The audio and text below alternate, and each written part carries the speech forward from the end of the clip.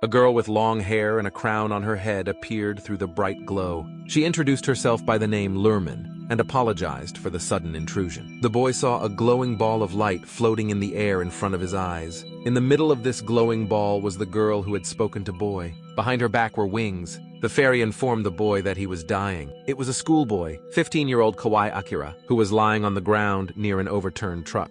A woman and a little girl were sitting next to him. Kawai Akira replied to the fairy that he realized what he was dying. He also said that he had no regrets. After all, the most important thing for him is that he managed to save the girl from the truck that lost control. He managed to push the girl who was crossing the road with her mom. He prevented the collision of a truck rushing down the road with a woman and a child, sacrificing himself. Kawai Akira was lying on the ground unconscious. A woman who was sitting on the ground next to Akira thanked him for saving her daughter. An ambulance was on its way. The fairy told Akira that she was here to reincarnate him. She asked Akira if he had any wishes. Akira smiled, thanked the fairy, and said to her that he wanted to be handsome in his next life. A glow spread around the fairy. She told Akira that she would make him the most handsome man in the world. After these words, Akira was plunged into darkness. Just like that, Akira Kawai found himself in another world. When he opened his eyes, he found himself in the body of a huge demon-like creature with long hair and sharp teeth. Its eyes were emitting rays of light,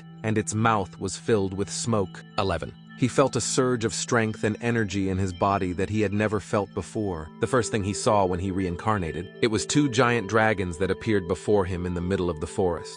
The sinister dragons reached the sky. Spreading their wings, they circled around Akira. Such a picture made it clear to Akira that this was another world. Upon seeing Akira, the dragons stopped and pointed their heads downward, looking at Akira. Akira realized that the dragons were not in the best of spirits. He realized that he was witnessing a battle between two dragons who were fighting for world domination. With his sudden appearance, Akira interrupted their battle. Akira was frightened and looked at the dragons in horror. In his head, he heard a voice that told him, "Be careful." The dragons leaned towards Akira and opened their mouths, from which a roar emanated. Suddenly, Akira heard a voice that came from space. The voice told him that if he did not do something immediately, he would die. These words frightened Akira. How could one die while already being dead? At that moment, Akira felt boundless power and rage within him.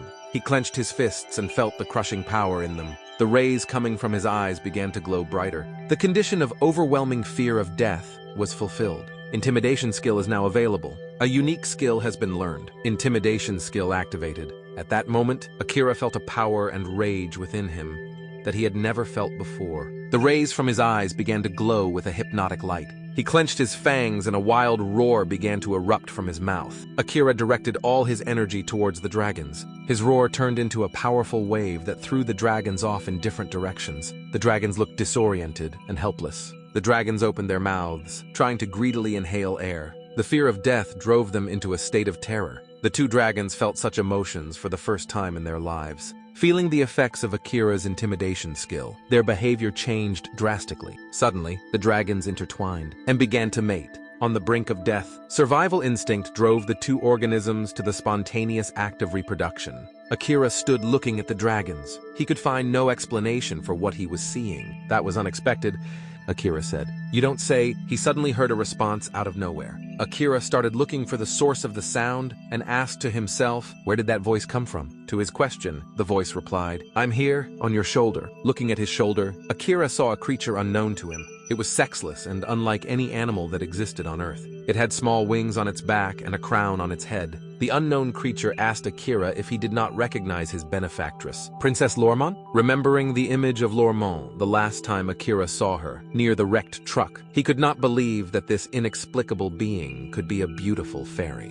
Lormont explained to Akira that the need to look like that was for good reason. Looking at the two dragons mating with each other, Lormont asked Akira if they would talk further in their presence. Only now did Akira realize what was going on between the two dragons, and was very confused. A look of disgust appeared on Akira's face. Lormont noticed Akira's grimace and asked what was going on with him. His smile looked disgusted. At that moment, a girl wearing armor and carrying a sword behind her back appeared in front of Akira. She pointed to a spot below her feet. She told Akira that this place is the place of the battle of the two dragons. She arrived at that place to slay those dragons. It was a brave heroine who defeated the Demon King for the sake of world peace. At that moment, the warrior girl heard the roaring and moaning of the dragons. Looking around, she saw Akira standing on a dais, watching the two dragons. She was surprised. "What the hell?" shouted out the warrior girl. Akira and Lerman, who was sitting on his right shoulder, stared at the two mating dragons. Rays of light shone from Akira's eyes. Akira was surrounded by an energy of fear that swirled around him. Upon seeing Akira, the warrior girl was horrified. Sweat streamed down her face. Thoughts flashed through her mind. Who is this? A demon king? No! Something more. Now the warrior girl realized that Akira was exuding an aura of intimidation. She could feel it. The feeling made the girl embarrassed. She began to remember the last time she had experienced it. It was 2 years ago. The warrior girl sank into her memories. At that moment, she realized that the person in front of her was the person at whose hands the dragons had been defeated. In the warrior girl's mind, memories of 2 years ago when she and her team had defeated the Demon King began to surface. How they had rejoiced and could finally relax for a while. They parted, promising each other to reconnect again. Besides this memory, another one came to the girl. When she, as a teenager, was living in her parents' house. Lying on the bed in her room, she was resting in tranquility. At that moment, she turned her attention to a piece of paper that was lying on her desk. She realized from the handwriting that her mother wrote the letter. Next to the note was a personal item that the girl used to like to use. It was her intimate toy, which she called Pink Rotor. In the note, the mom wrote that she found it when she was cleaning her room and cleaned it at the same time. Her mom also asked girl to find a real fiancé. The girl was furious. A feeling of shame was eating her up. Now she was thinking that only that feeling of hopelessness when she found the note from her mother could be compared to the feeling she was experiencing at this moment. The warrior girl fell to her knees on the ground. A stream of black-colored light formed behind the girl's back. An ominous voice from the stream said, "It's the end of the world!" Akira heard the voice and turned to the girl who was sitting on the ground behind him. A hand with long and sharp claws appeared from the black stream. The stream grew larger, and soon a demon appeared from it and said that the moment had come when the heroine lowered her hands. It was the Demon King. The stream began to expand and already looked like a huge cloud that swirled over the warrior girl's head. The black cloud rumbled like thunder, surrounding the Demon King. The Demon King said that he would unleash all his hatred on the girl right now, striking her with his deadly blow. At that moment, Akira, who was watching the girl, decided to intervene in their conversation. He swiftly headed towards the girl, pushing off the ground with his bare feet. Akira jumped up to the cloud and with his huge fist began to spin the cloud. Instead of a black cloud, a whirlwind was formed that moved at an unprecedented speed. The warrior girl watching could not keep up with the cloud because Akira was incredibly fast. The warrior girl could not believe that Akira had saved her. How could an ordinary man defeat the Demon King? The Demon King had been defeated. The black vortex began to shrink until it disappeared into the air altogether. Being in a fit of rage, Akira looked terrible. Rays of light shone brightly from his eyes. There were puffs of smoke coming from his mouth. The muscles on his body tensed up and his hair became tousled. The warrior girl thought he shouted that he wanted to kill her. The warrior girl would not listen to any explanation from Akira and rushed to run away from Akira in terror. However, it only seemed that way to the girl. At that moment, Akira shouted, "Mosquitoes!" but translating to another world's language, sometimes glitches. Lerman, who was sitting on Akira's shoulder, saw the warrior girl running with all her might and asked Akira what he had done. Akira replied that he saw a mosquito pole near the girl and just wanted to chase it away. Lerman wondered, "What does that mean? A pole of mosquitoes?" Akira answered her that a mosquito pole is a swarm of small mosquitoes, and that's what was just near the girl. Lerman told Akira that the girl probably thought he was some kind of pervert, and that's why she ran away. After all, what other reaction would one expect from a girl if she saw him smiling while looking at two mating dragons? Akira came to a furious halt. "Don't make it up," replied from Lerman. The warrior girl ran as hard as she could. She realized that she had no chance against this monster. She hurried to rather report what she had just seen to the Supreme Council of Elders. The girl realized that most likely they were already doomed. A legendary berserk had appeared in our world. Left alone with Lerman, Akira was embarrassed by her words. He said that mating dragons, it's an abomination, but their coitus looks so unusual. He had already admitted that he must really be a pervert. Lerman answered him that if he would help her, he could be anything, even a pervert. She didn't care. Now, a town with small dwellings and a church appears in front of us. The city is surrounded by a defense wall around the IT's perimeter. Akira stands on a hill and looks at the city. It is a city of another world. Lerman on his shoulder urges Akira to go to this city, for there he will earn his first money. To do this, he should go to the city guild and register as an adventurer. Akira is nervous and afraid to go to the city, because he is in a new body and does not know how the people of the city will react to him. Lerman insists that he should go to the town. At this point, the town is in an uproar. From the town hall came the sounds of explosions and people screaming. The mummy, covered with precious jewelry, was crushing everything in its path. The town hall building was almost destroyed. People ran out of the building and ran in different directions. That mummy was Dat Pharaoh. Now that he was resurrected, this country would end. Dat Pharaoh took possession of the body of a man named Mr. Zagan, who in his stupidity opened the tomb and brought the mummy back to life after 865 years, 4 months, and 3 days. A man in armor and wearing a helmet was lying on the floor of the museum. In his hands, he held a sword. It was the wielder of the four swords holy style, Mr. Mars.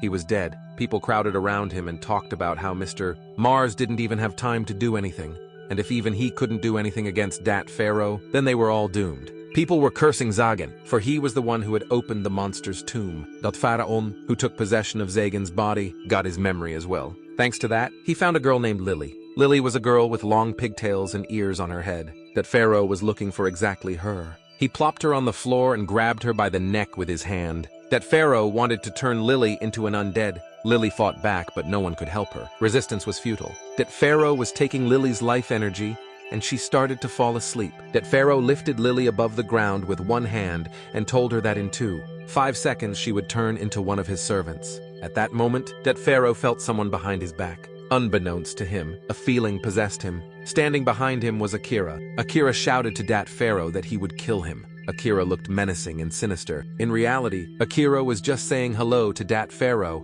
and wanted to ask what they had going on here. However, due to a translation error in the language of the other world, Dat Pharaoh heard, "I'll kill you." Suddenly, Dat Pharaoh separated from Zagan's body, resembling a skull with a pharaoh's crown. Dat Pharaoh groaned and complained that he was just getting started. Akira's energy began to gradually destroy Dat Pharaoh, and he was on the verge of ascension. Separated from Zagan's body, Dat Pharaoh found himself in the same world as the Demon King. Upon seeing Dat Pharaoh, the Demon King was surprised that he was here too. In turn, Dat Pharaoh asked the Demon King, didn't he die in the first chapter? The Demon King explained to Dat Pharaoh that they were in the world of the dead.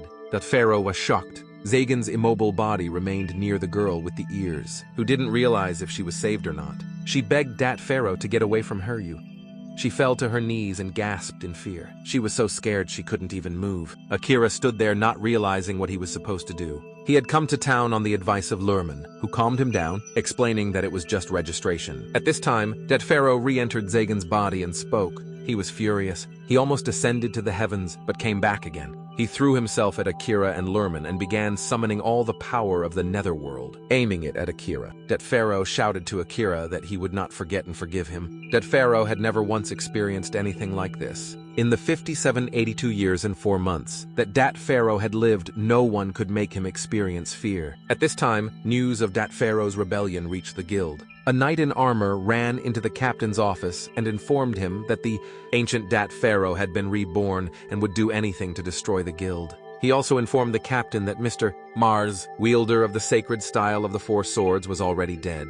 This news horrified the captain. The captain sounded the alarm and summoned the army to move out immediately. At this time, Akira stood watching Zagan, who had been possessed by Dat Pharaoh. He didn't understand what was happening to him and why he was so tense. Akira thought that the man looked very pale and maybe he needed help. Then Dat Pharaoh concentrated all the energy of the other world. At this moment, Dat Pharaoh obtained a special skill, the melancholy grenade. Dat Pharaoh couldn't let Akira strike first. He created a curse. If one touched this curse and didn't remove it in 3 seconds, Akira would definitely die after 6 seconds. Dat Pharaoh shouted that Akira would pay with his death for making him feel humiliation for 5 seconds. Something black rushed towards Akira. The something black was like a lizard-like black shadow with long claws and a huge head. Since it was too sudden, Akira was a bit startled. At that moment, Akira's skill activated. It was the intimidation skill. Using the intimidation skill, Akira summoned all his power and strength, aiming it at Dat Pharaoh. It was sudden for Dat Pharaoh.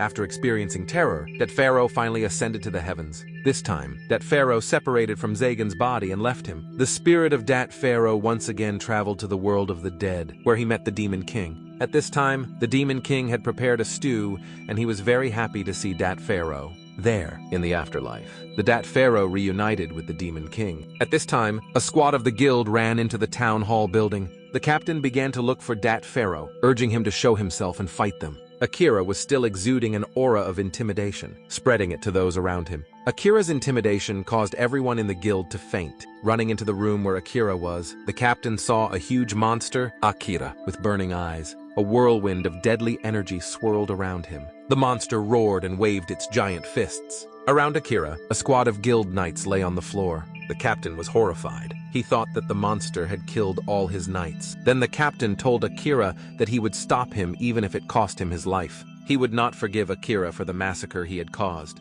Lerman, hearing the captain's words, was worried about Akira. Upon seeing Akira, the captain decided to be proactive in pulling his sword from its sheath. The captain was a living witness to legendary battles. He was known as the Silver and White Reiner. In 60 years of service, he'd seen a lot of shit. After becoming captain of the guard, he was the only survivor of the rebellion of Lord Laxus and the bloody battle. But everything paled in comparison to the scene that appeared before the captain's eyes. In front of the captain, there were dozens of soldiers lying on the floor, all of them unconscious. Tears came to the captain's eyes. Among the bodies lying on the floor, one of the soldiers spoke to the captain. The captain recognized the voice. It was the barely alive Mars. He told the captain that it was Dat Pharaoh, who had inflicted his wounds. Mr. Mars said in a weak voice that Dat Pharaoh had been killed. However, who exactly killed him, the soldier did not have time to say. These were the last words in the life of Soldier Mars. The captain became enraged. He mistook Akira for Dat Pharaoh and was ready to avenge the death of the soldiers immediately.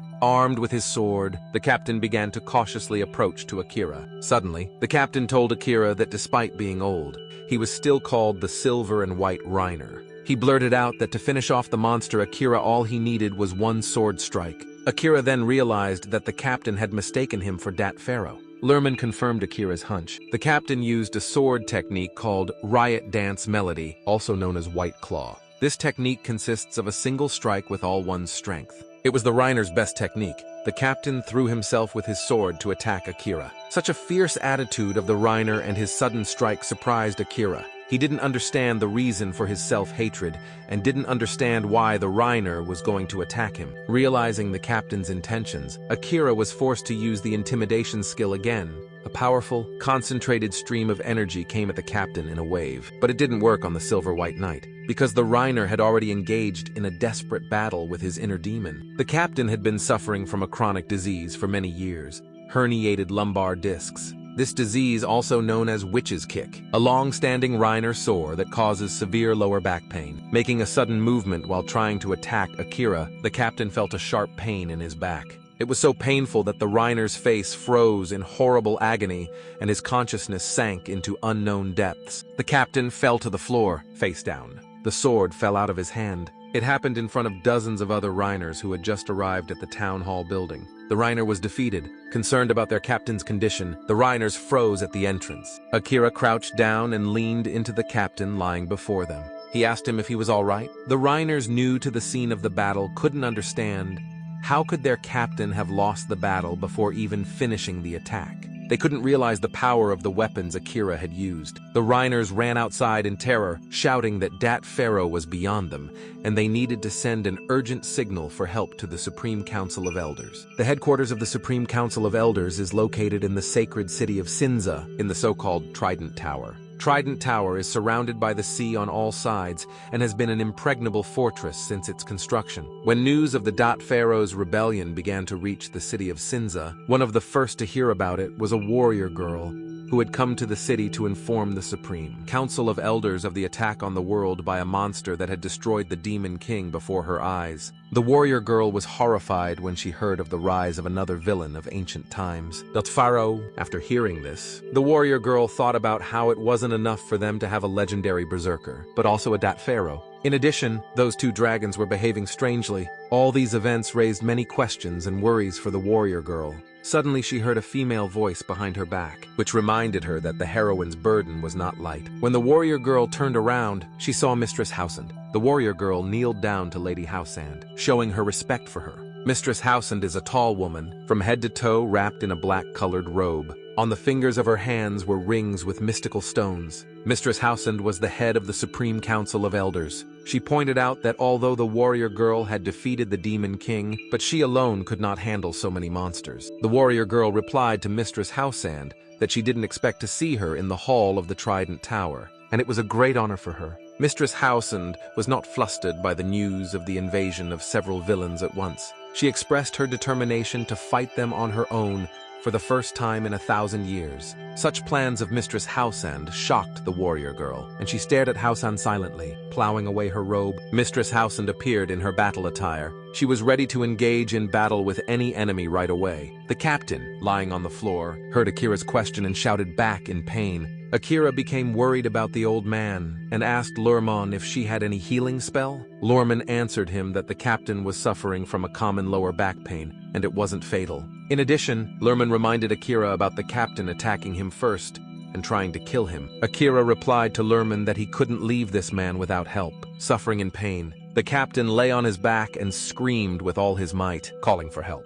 Lurmon told Akira that at this rate he wouldn't have time to register with the guild, but agreed to help the old man. To do so, she asked Akira to bring the old man closer to her. Akira carefully took the old man with his huge palms and brought him to his shoulder where Lurmon was sitting. One of the Rhiners that stood behind Akira's back ordered him to let the captain go. Lurmon began to utilize ancient magic, applying a Gensinar spell. At that moment, a light glow was wasted around the old man's collapsed body. Suddenly, Lurmon said that it looked like she had made a mistake. What kind of mistake? Asked Akira to her. Instead of a Genkanara spell, it turned out to be an Endidnar spell. The glow dissolved, and Akira saw that in his arms lay a withered mummy, barely resembling the captain. Akira cried out in horror. Lurmon shouted to Akira to get out of here urgently. Akira threw the remains of the captain's body on the floor and rushed out. The Rhiners surrounding the captain's body froze in amazement at what they saw. At that moment, Mistress Housesand entered the town hall building. She caught a Rhiner sitting on the floor near the captain's desiccated body. Mistress Housesand noted that she seemed to have missed all the fun. Then she looked at the Rhiner and ordered him to tell everything that had just happened here, or she would kill him. Akira and Lurmon immediately left the city. Weaving aimlessly through the back of the city, Akira was still thinking about the captain, worrying about his well-being. He asked Lurmon if the captain was going to be all right. She told him not to worry about the old man. He wasn't dead, but she added that he wasn't even alive anymore. Akira couldn't believe his ears. Watching the aftermath of the fight with Akira, Mistress Housesand thought about the tension in this guild again. Rainer, who was sitting near the captain's body, didn't recognize the girl who was standing in front of him. Her appearance was sudden to him. He was surprised by her appearance. He didn't understand where she had come from. Her outfit seemed too revealing to him. The tight-fitting suit emphasized all her shapes and barely covered her buttocks. Mistress Housesand looked around the room where dozens of unconscious soldiers were lying on the floor. She didn't understand the reasons for the soldiers' condition, and their behavior offended her. She snapped her fingers and ordered them to get up. At the same moment, everyone who was lying on the floor unconscious began to regain consciousness. Lily was among them. A dozen voices moaned through the room. Rainer, who had witnessed the sudden healing, was shocked. "What is this?" he asked Mistress Housesand. "Magic," she answered him. Mistress Housesand used the spell to release their abnormal state. She noted that she was the only one who could use it on more than one person at a time. Concerned about his condition, the captain immediately began to wonder if all of his combat stats had been restored. The captain revived and got to his feet on his own. He still looked like a withered mummy, but he was alive. The captain became indignant. Why was he still undead? The Rhiners recognized their captain, but couldn't believe that he was now a mummy. The captain began to complain to Mistress Housesand that he was a human, but the monster had turned him into a mummy. Mistress Housesand was very surprised that her magic didn't work completely, and the captain remained enchanted. She was offended. Mistress Housesand demanded that the captain tell her everything he knew about the monster. She was filled with anger and already hated Akira because she could feel his power. Then Mistress Housesand felt that an intimidation skill had been used at this point. At that moment, she had an ambitious desire to compete with the monster that used the intimidation skill. Wandering through the forest, away from human eyes, Akira looked at the creature that the beautiful Princess Lurmon had turned into. He asked Lurmon if she could turn into a human, as it would be much more convenient. This question embarrassed Lurmon. Lurmon told Akira that she couldn't take human form right now. Akira wondered why. Then Lurmon told him that she had a curse on her, and because of it, she could only be in that form. To break the curse, you must collect the 4 rings scattered around the world. Lurmon's power is sealed in these rings, but she cannot collect them while she is in this form, in the body of a tiny, sexless creature. So Lerman began to ask Akira to help her and do something for her. Akira didn't let Lerman finish her sentence. He said with determination that he would help Lerman because she shouldn't be walking around like this. Lerman looked at Akira with hope and gratitude. She didn't expect him to agree to her request so easily and show such nobility. She realized that he was the only one who could help her. Lerman remarked that she didn't expect any other answer from Akira, for in his past life he had died precisely while saving another person's life. Lerman was pleased with Akira's promise and said that she would look forward to breaking the curse on herself. Akira and Lerman, who was sitting on his shoulder, looked out over the city. Akira asked where he should begin his journey. Lerman replied that first he should register with the guild and make some money. Back to where they started their journey to the city, Lily apologized to Mistress House and, because she didn't know that she was the head of the elders of the High Council, and asked her to ignore her attention to the captain, who was running all over the room complaining about his fate. Mistress Housand replied that it didn't matter that those present didn't give her the respect she deserved, because hardly anyone knew her anyway. Mistress Housand then asked Lily if this was the place the monster had attacked, and if she could tell her anything about it. Lily convinced Mistress Housand that she remembered the monster's appearance well, and even drew it.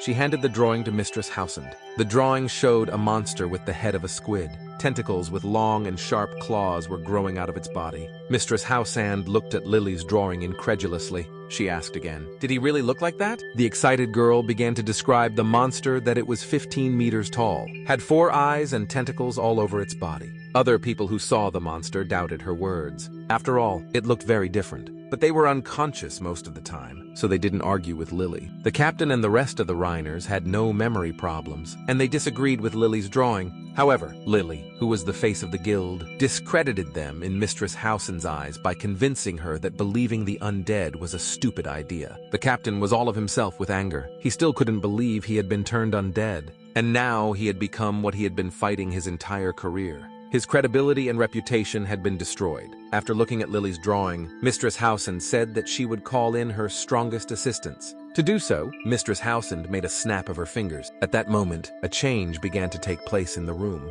Puffs of smoke and bright beams of light rose up from all sides. Mistress Housand told Lily not to be afraid. These were her helpers. She called out of the golden duo. Lily wondered. Steam and light were Mistress Housand's helpers. In front of Mistress Housand and Lily were incarnations of steam and light in the guise of a girl and a guy. The girl, the Lord of Vapor, is called Céleste Noire. She is the sorceress of zero and infinity. The guy is the prince of the deadly flash. His name is Bartolius Omega. They obediently awaited orders from Mistress Housand. A flash of rivalry erupted between Celes and Bartolius. They were determined to carry out any order from Mistress Housand ahead of everyone else. They were only waiting for her orders. Mistress Housand was happy to see her faithful assistants. She showed them Lily's drawing, and with a smile ordered them to find the monster that was depicted in the drawing. And it must be done immediately. Celes and Bartolius immediately set about carrying out the order. With swift streams of steam and light they rushed upwards, demolishing all obstacles in their way.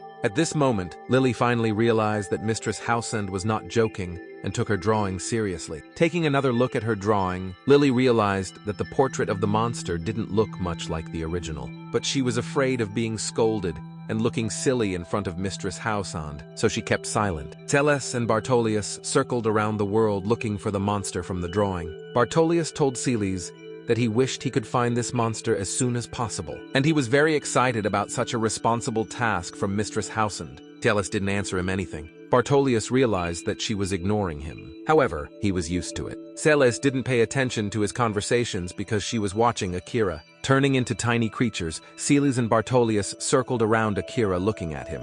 Akira noticed them and mistook them for exotic birds. In order to get a better look at them, Akira squinted his eyes. At that moment, Akira gained a new skill, sighted eyes. In turn, the Prince of Deadly Flash, Bartolius Omega, also applied his enhanced vision. He used virtual reality goggles. It was like seeing Akira's face up close in 8K VR. Seeing Akira up close, Bartolius couldn't stand the horror and fainted after 3 seconds and flew to the ground. Celes was worried about him. She couldn't understand how Akira attacked Bartolius. At that moment, she felt Akira's gaze on her. That gaze seemed to be a gaze full of hatred and lust for killing. This was the impression Akira's appearance had on others. Only fear and terror was felt by anyone who looked at him. Akira became worried for the creature that fell before his eyes. He asked Lerman to help him save this bird. What happened to the Prince of the Deadly Outbreak? Bartolius Omega? Celes became worried. Was Bartolius really dead? Before her eyes, the boy collapsed to the ground unconscious. Looking at the helpless Bartolius, Celes thought that even though she didn't like him, he was still doing a good job as Mistress Howson's assistant. Celes couldn't understand who had slain Bartolius even without resistance. Seeing the helpless creature falling to the ground, Akira became worried. If it was a bird, it might have been injured or sick.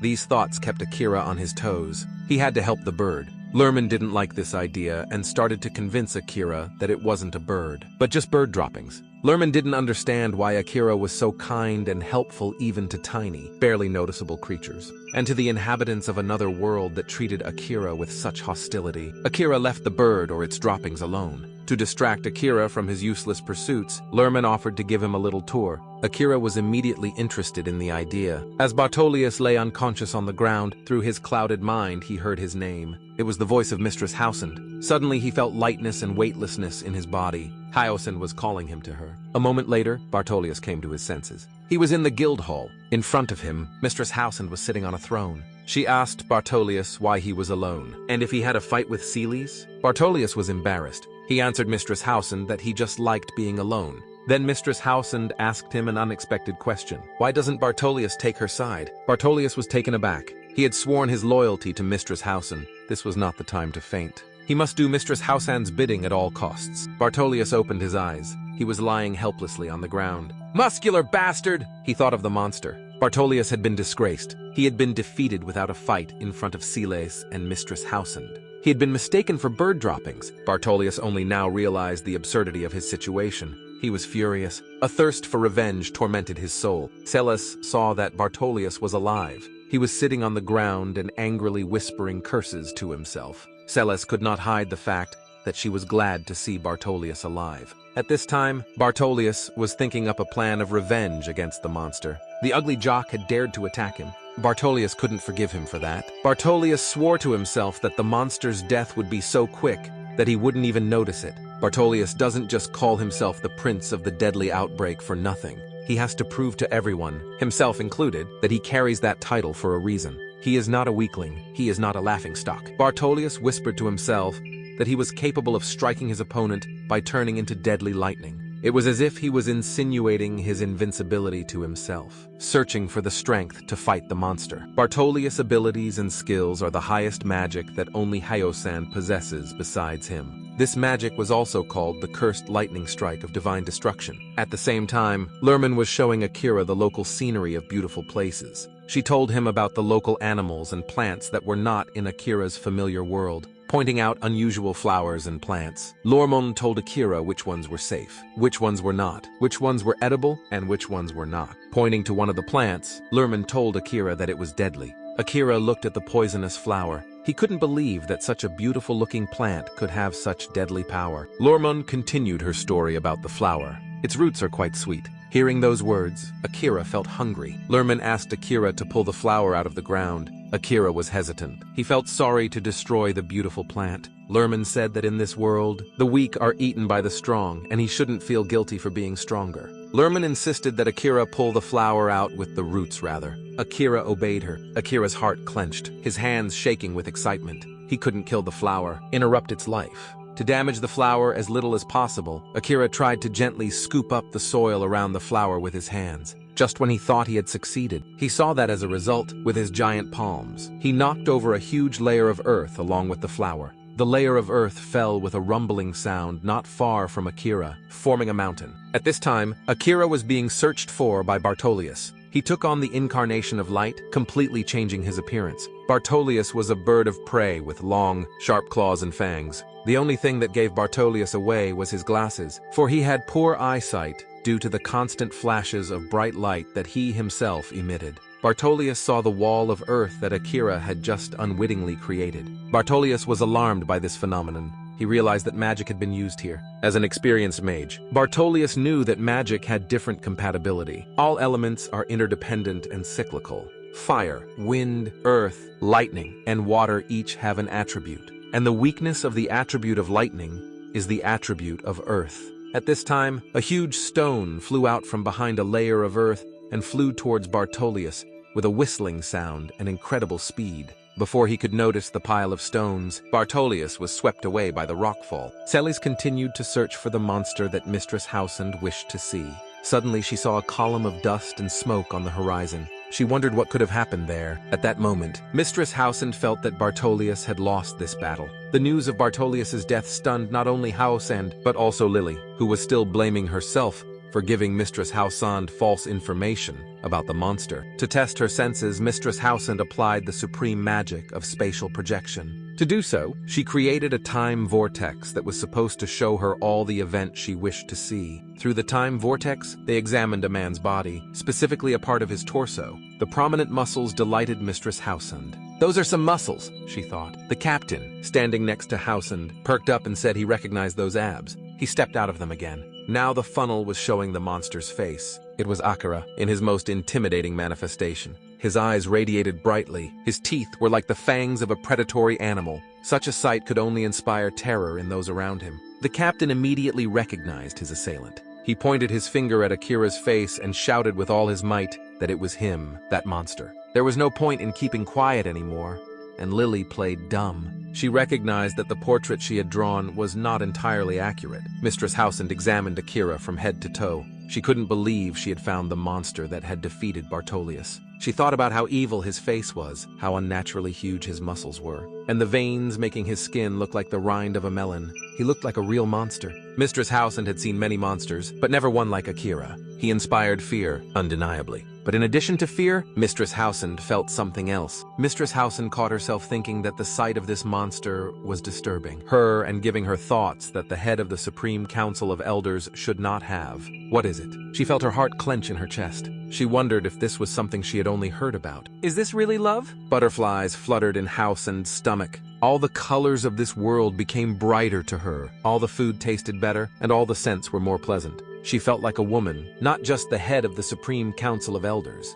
She thought about the monster. Its horrible face kept popping up in her mind, but she didn't feel the horror anymore. She wanted to think about him all the time. Meanwhile, Akira was horrified at what he had just done. Looking at the huge pile of rocks and earth that formed the mountain, he couldn't believe that he had done it himself, with his own hands. After all, he hadn't meant it. He didn't want to hurt anyone. Then he heard a small, still catchable squeak behind his back. He saw the tiny silhouette of a girl near his face, who timidly apologized for disturbing him. Akira wondered. Who was this girl and why was she here? It was Celes. Seeing the mountain of rocks, she realized that a battle had just occurred here. Perhaps this was where her companion, Bartolius, had died. She was in a state of amazement. Lerman noticed that the girl was so small that she could barely be heard, though Lerman herself was the same size. The tiny girl introduced herself as Celes Noir. Celes told Akira and Lerman that attacking Bartolius could be seen as disrespectful to Mistress Housand. Akira couldn't make out her words because Celes was many thousands of times smaller than him.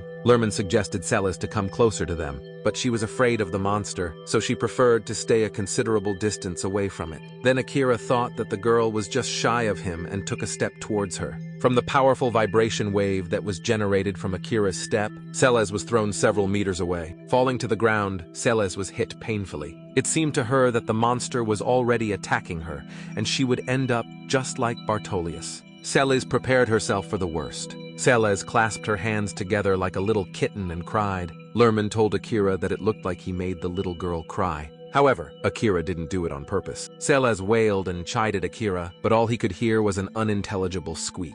He was completely unable to hear a single word Celes said. Then Celes began to summon steam and wind energy. She cast spells. A vortex of wind formed around Celes. She looked threatening. Akira silently watched her and didn't understand anything. Akira soon realized that the girl was angry. Lerman watched with interest what would happen next. Celes. Having concentrated all the wind energy in her, was ready to engage the monster in battle. She bravely shouted to Akira that he was now finished. Then Celes used a heresy burning spell against Akira. A powerful torrent of wind headed towards Akira. It was a veritable tornado. Celes was pleased with herself. This was the first time she had used this spell. Previously, she never thought she would have to use it. She had done everything right and was already exhaling in relief. At this moment, Celes remembered Bartolius. Rest in peace, she thought. Even though I didn't like you, I avenged you. Through the thick cloud of dust, Celes tried to look for the monster's body to make sure it was dead. At that moment, Celes caught a glimpse of Akira. He was standing in front of her with his arms crossed. A stream of wind passed over his arms. Akira was like a mountain that no hurricane could break. Celis was in shock. She didn't realize the monster could have survived. After all, high-level magic burns everything in its path.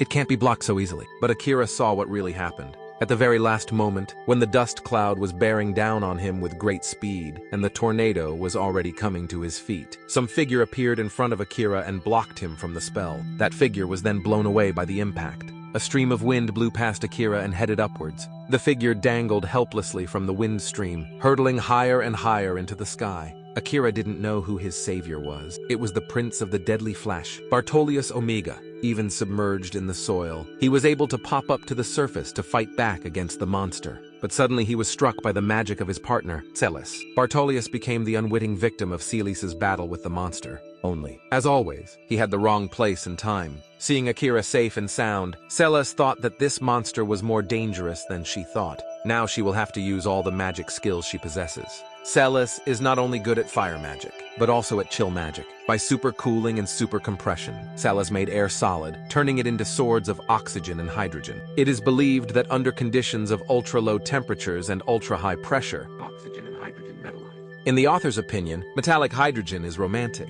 Celis thought she would first strike the monster with metal swords and then burn it with fire magic. As soon as Celis began to concentrate the energy of the wind element in herself and cast a spell, the ground beneath her feet split into two. What is that? An earthquake? It was a sudden geyser. There was an eruption of a hot spring that was underground where Celis stood. A washing jet of water, splitting the earth in two, rushed upward. The jet of water knocked Celis off her feet and threw her several meters upwards. Akira silently watched what was happening. More recently, Akira had flipped a layer of earth, thus causing the geyser to burst. Seeing the girl flying upwards, Akira shouted to her to be careful. However, after a few seconds, the girl began to plummet downward. Akira ran up to her, and with his large and soft palms, he caught Celis's collapsed body. The girl was unconscious. Examining the face of the girl who lay in his arms, Akira asked if she was all right. Celis couldn't speak. She only moaned. At that moment, out of nowhere, completely out of the blue, Housand appeared in a bright flash. She was in a positive mood and looked even better than always. Her appearance was like a superstar's performance. Akira looked at the newly arrived girl in surprise. Who is this? He thought. Housand froze silently in front of Akira. She was examining him from head to toe. Her gaze was frank and predatory, even lewd. Housand said she came here to see the monster live. After examining Akira from all sides, Housand thought that he was even sexier up close. Housand felt embarrassed. She felt like a small and silly girl. She thought about how she couldn't just pick up and talk to the monster. She was very nervous. But then why did she come here in the first place? Idiot! She thought to herself. As she tried to talk to the monster, Housand gave out incoherent, meaningless words. Suddenly, she saw that there was a girl in the monster's arms. But who was it? Suddenly, a wave of indignation and jealousy came over Housand. She stared at Akira, unable to utter a word. In the rain from the geyser, without an umbrella, he carried Celis in his arms like a princess. She lay innocently in his arms, sleeping. Akira gently held her body like a most precious cargo. Housand remembered the words of one of her favorite songs, Dancing in the Rain, just the two of us. She felt admiration and envy. Housand thought about how stylish that monster with Celis in his arms looked. How stylish they looked together. That thought made her angry. She wanted to be in Celis' shoes. Housand lost all her majestic calm. Tears came out of her eyes, a lump in her throat. At that moment, it dawned on Housand. So this is what jealousy is like? I'm not just going to let it go. Housand's gaze went from admiring to furious. She shouted and threatened Celis. The head of the Supreme Council of Elders had become like the hysterical woman of their soap opera. Akira kept a close eye on Housand. What was wrong with her? A pissed-off girl again? What temperamental women there are in this world. And very belligerent, Housand pulled herself together and introduced herself to Akira. He had a lot of questions. Housand was blinded by jealousy. She told Akira that she enjoyed meeting him in person, but now was the time to die. Akira couldn't understand why she was so angry. At this time in Akira's arms, Celis came to her senses. Opening her eyes, she was very surprised. Where am I? She thought to herself. Akira was glad to see the girl conscious. Celis saw the monster's huge face in front of her. It stared at her, emitting rays of bright light from its eyes. Its teeth made a grinding sound that caused frost to run down her skin. On the monster's shoulder sat an unknown creature. Celis was at a loss for words. The monster looked at Celis and said, "I'll flog you."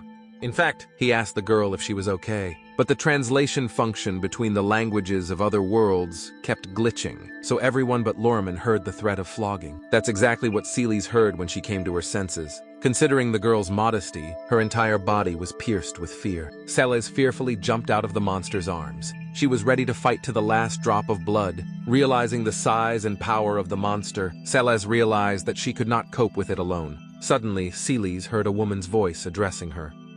"Are you finally awake, Celes?" It was the voice of Mistress Housand. She looked fierce. She called Celes a shameless wench. Celes was surprised. She didn't expect to see Mistress Housand here, and in such a mood. What had she done to her mistress? Mistress Housand continued to reprimand Celes. "I see you're having fun here? Prepare to die!" she told the frightened Celes. Celes didn't know how to justify herself, for she didn't realize what she had done wrong. She asked Mistress Housand to wait and explain what she was accused of. But Housand did not want to hear any excuses. Housand prepared to attack. She raised her hands to the top and began to cast spells. The skies above her parted and began to blaze with a fiery light. Celes froze in anticipation of the terrible end. What on earth is going on here? Now, Celes's body was pierced with even more terror. Celes saw Housand magic for the first time. Scary thoughts began to reach Celes that did not bode well for her. She thought that this magic performed by Mistress Housand could only mean one thing. Housand knew what Celes was thinking. She said that Celes was not wrong, and indeed, she saw before her the strongest unique magic that only she, the invincible Housand, could use. Mistress Housand began to utter the words of the black and red cross curse. Akira witnessed this entire scene. When he was a schoolboy in his past life, he had seen girls fighting more than once. He was always peaceful and wished for all people to live in peace. This time, Akira asked the girls not to fight, but due to translation errors, they heard the word die. Along with that, Akira grabbed Housand's hands with his huge palm.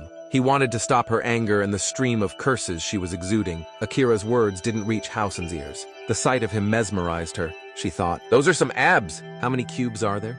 All thoughts of Celes left her head. Now she was closer to the monster than ever. He squeezed both her hands with his soft but strong palm. Housand felt the trembling inside. Seeing Housand's condition, Celes began to guess the reason for her behavior. Looking at Housand, Celes thought of the eyes of a woman in love. Is this a joke? It can't be. The expression on Housand's face told Celes everything. Housand wasn't afraid of the monster. She was ecstatic. Celes saw Mistress Housand in such a state for the first time. But why is it so old-fashioned? And what does it even mean? Celes now realized that Mistress Housand was not aware of who was in front of her. She is blinded by love and desire. Then Celes warned Mistress Housand that this monster was too dangerous. Neither she nor Bartolius could handle it and confront it. At that moment, Mistress Housand realized that she was wrong. There was nothing between her favorite monster and Celes. Mistress Housand was overjoyed. Nothing stood between her and her monster anymore. Nothing would stop them from being together. She thought about how she had always known that love would win out in the end. Chaos, and only thought about the fact that all she needed to do now was to get the courage to confess her love to her monster. Her heart, no longer broken by the radio, she can't put out the fire of passion within her for the monster. Chaos, and gathered all her strength into a fist, and began to utter the words that were very hard for her to say. Akira stood and listened to Housand in silence. Mistress Housand asked Akira for his pager number. This was a huge step for her. It was the first time Housand had ever asked for contact information from a member of the opposite sex. Previously, she had never met a man who caused her awe. She didn't know how to behave or how to win the heart of a monster. Hearing Housand's words, Celes was horrified. "No way!" Mistress Housand had practically confessed her feelings to the monster. Celes thought that by all means, she must stop Housand. She can't let her mistress fall so low and fornicate with wickedness. Akira couldn't believe his ears. Just now the girl in front of him was fierce, and now she was shyly asking him for his pager number. He decided to ask her again if he heard her correctly. He asked Housand the question, "Pager?" However, due to the difficulty of translation, Housand heard something else entirely. Akira sent her to her ass. Housand's heart was broken. How could he? A huge, smelly, ugly monster had sent her, the head of the Supreme Council of Elders, to the asshole. For the first time, she'd opened her heart to a man, felt passion and desire for him. But he, a brutal man, pushed her away, trampled on her feelings, and humiliated her. Then Mistress Housand turned her back on all that was good. Darkness settled in her soul. She was unhappy. She wanted the whole world to know her pain and feel it the same way. Then she promised that in a month she would humiliate the world. Hyosand turned her back on everything she had. She became on the path of evil. Hyosand disappeared. There was nothing more for her to do here. Celes looked after her mistress with disappointment. Then Celes thought to herself that this situation was a total asshole. Akira stood dumbfounded. What was wrong with these women? Did she get angry again? This woman's mood was changing every minute. Lerman didn't understand Hao-san's behavior either, but she thought it was good that she got out of here. One less problem. Lormon decided to seize the moment and turn to the stunned Celes. Lerman asked Celes if she wanted to stop Armageddon. Celes struggled to orient herself to where the sound was coming from. When she considered the unknown creature on the monster's shoulder, she asked, "What's he got? What is he?" To which Lerman answered her that she was a fairy. Then Lorman told Celes that if she knew where the sealed rings were, she could do something about it. Celes understood what Lerman was talking about. Sealed rings? Let's say. She replied to Lerman that she knew where they were. Lorman was happy. She was one step closer to the reserved dream. Lorman perked up. She asked Celes if she could help her. She began to persuade Celes, telling her not to worry, and everything would be fine. She would be able to handle Mistress Housen and stop her. Celes was evaluating Lorman's words. She was tormented by doubts, looking at Akira and Lorman. Celes thought about the fact that this couple looked rather suspicious, but if she could use them correctly, she might be able to calm down Housen, and Celes would be able to regain her mistress's trust. Celes stood there silently digesting her thoughts. Lerman decided to take the situation into her own hands and said that silence was a sign of agreement. And so without waiting for Celes to respond, Lermon added her to her and Akira's hangout. There was a meeting going on in the town hall building. A squad of guild Rhiners, led by their captain, were conferring on their next course of action. Lily was present at their meeting. The captain decided to go in search of the monster. Mistress Housen and her assistants had still not returned, and those present began to have the worst assumptions.